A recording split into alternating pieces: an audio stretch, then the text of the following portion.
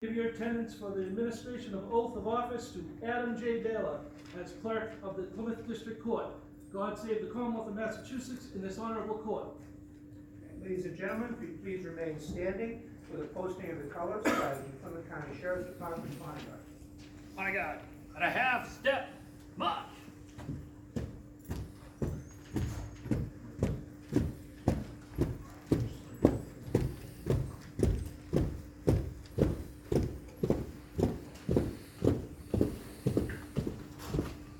Whose broad stripes and bright stars through the perilous fight, for the ramparts we watched were so gallantly streaming, and the rocket's red glare, the bombs bursting in air, gave proof through the night that our flag was still there. The flag of the United States of America, and to the republic for which it stands, one nation, under God. And it really is a thrill today to see his son installed as the clerk magistrate.